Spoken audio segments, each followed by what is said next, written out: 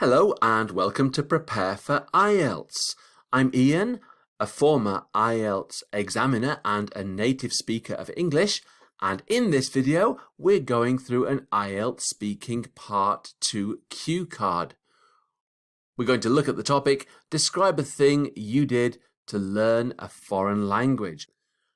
And it's a really good idea, especially if you're worried that you don't have a very long answer, to start by commenting on the question, as we have done here.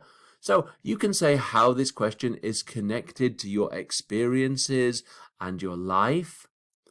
You can say what you feel about this topic. You can say why this topic is difficult for you, or what first came to mind, or what first sprang to mind when you saw this topic. But one thing you shouldn't do is tell the examiner that this topic is very easy for you, because if you do that, the examiner will probably expect a better answer. Moving on to some of the great language here, and we're starting with a phrase which native speakers use and which can really help you get a higher grade. And this is for as long as I can remember.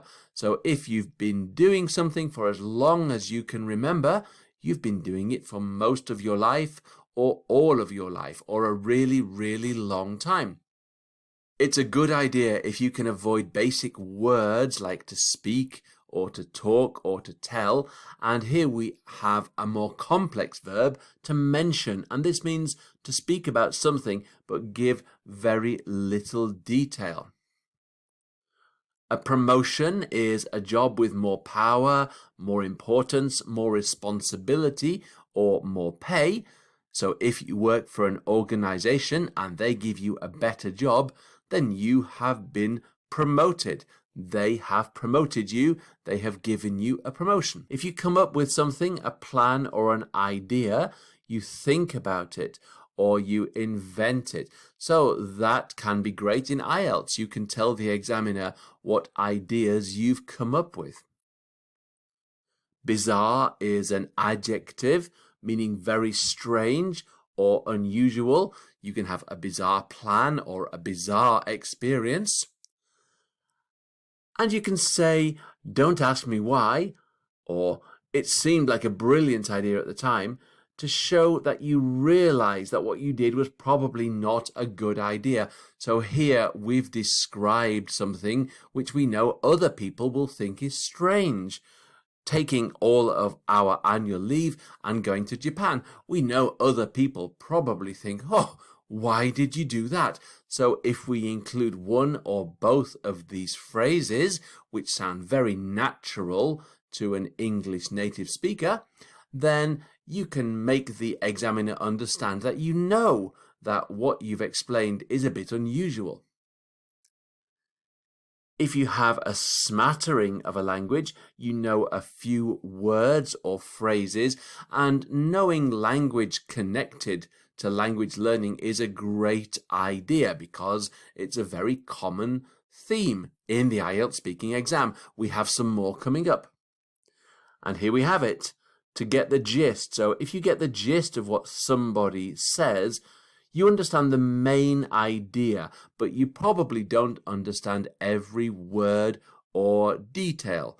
You can say, I got the gist of what she was saying, but not every detail. If you submerge yourself in something, this is a lovely reflexive verb, then you put all of your effort into doing something or being fully involved in something. So I wanted to submerge myself in the culture.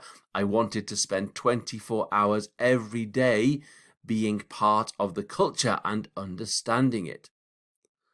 And if you spend every waking moment or every waking minute doing something, you do it all of the time. Of course, you can say, "I did it all of the time," but this phrase, "every waking moment," sounds more natural and will help you get a higher grade. To touch down means to arrive in a new place, usually when your plane lands. And if a person is reserved or quiet or withdrawn, then they are introverted. They don't often talk a lot. They don't often express themselves. Again, knowing lots of adjectives and other words to describe people's behavior and characteristics and physical appearance is a great idea for the speaking test. To chat means to talk to others in a friendly and informal way, usually about things which are not serious. So you can chat or you can have a chat.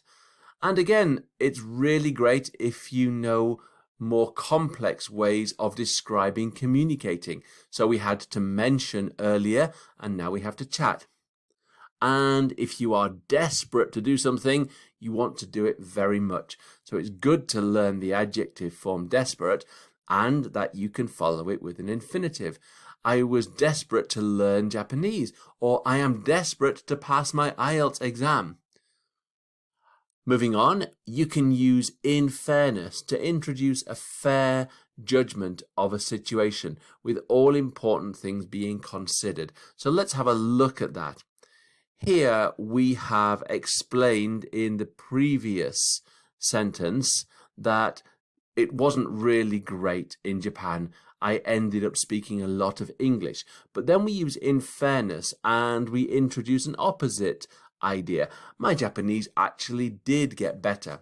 So when you'd like to say that the thing you previously said, the thing you said before, isn't the whole truth, and you want to be more honest, then you can use in fairness. And it's great to use some of these signposts, some of these phrases to link your ideas. It makes you sound like a native speaker. It helps you become more fluent and pass the exam.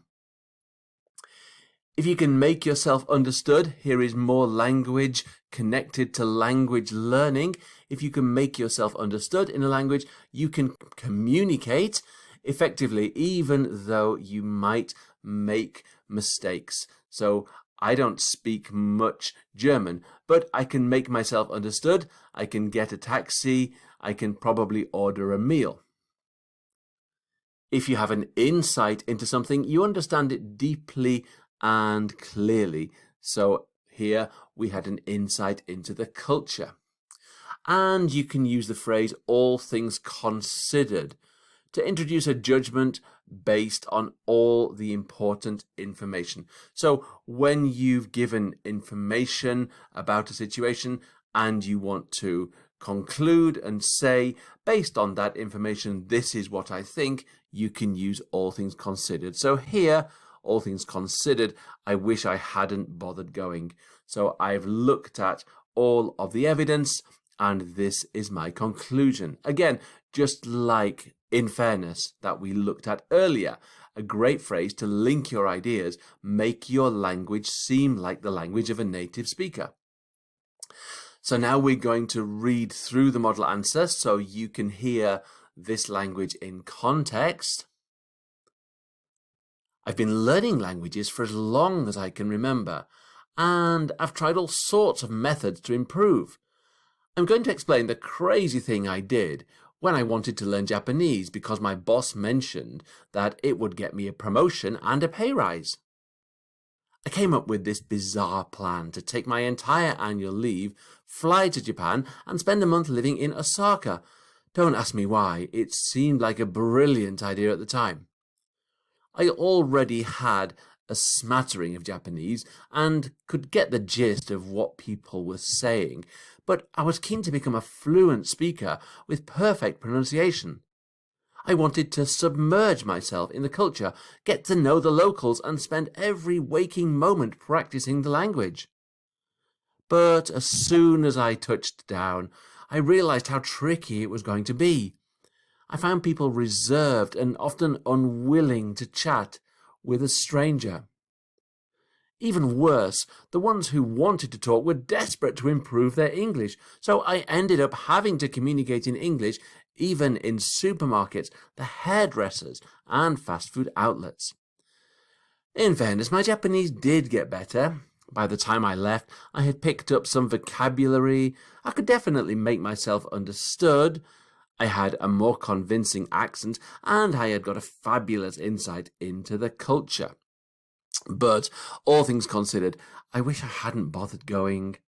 As I've mentioned, I learnt some words, but within a couple of weeks I'd forgotten pretty much all of them. It certainly didn't get me a higher salary, so it wasn't time well spent. Okay, moving on to the quiz. Let's see what you've learned. Here we have some questions, and first question. Can you complete the sentence?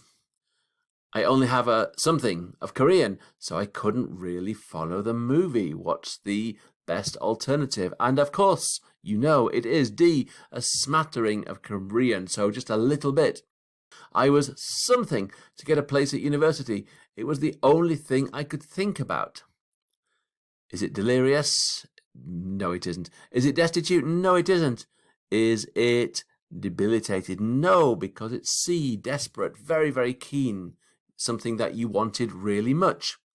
Moving on, I tried to explain what I wanted, but my Russian is poor and I couldn't make myself. The answer is, of course, understood. Probably an experience we've all had. Next question. The plane something down at 8:30, but it was 2 hours later when we finally got out of the airport. What do planes do? Well, of course, they touch down. Now, can you find the missing words? If something is very strange or unusual, you can say that it is bizarre. Which verb means to talk to others in a friendly and informal way about things which are not serious. And of course, it is the verb to chat. You can chat with your friends. You can chat with somebody on a train. I managed to get something of what he was saying, even though I spoke very little French. You can get the gist. And the trip wasn't brilliant, but all things... That's right, all things considered. I'm glad I went.